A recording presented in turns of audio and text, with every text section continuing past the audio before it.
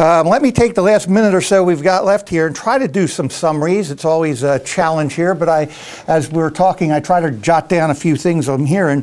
One thing that we talked about early on is this is about transformation. This is about transformation to a whole new world of opportunities. This is about adding the security to the internet and the authenticity to the internet. We talk quite a bit about the benefits, not just the cost benefits, but participation, ease of use, enablement. The term digital discipline came out. I thought that was an excellent point, as well as improving mission effectiveness. So we're not only solving problems, but we're actually making vast improvements in mission effectiveness.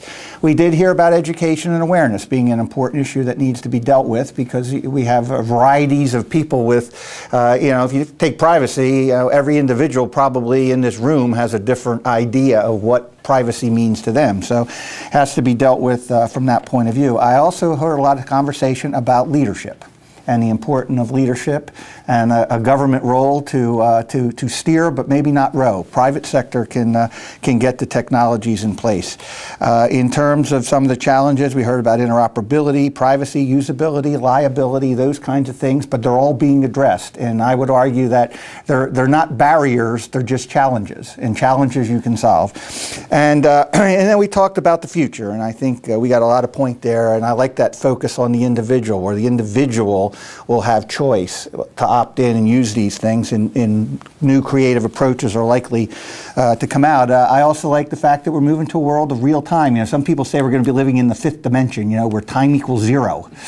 The world where time equals zero and decisions have to be made instantaneously. I mean, think about it in the event of a terrorist attack. I mean, you're not going to have time to think about it. You're going to have to respond spontaneously. And so with that, I think we've got some exciting stuff here. I first want to thank all our panelists from taking time from your busy schedules. It's an honor to have such subject matter experts here to talk to this subject, because it is such an important subject.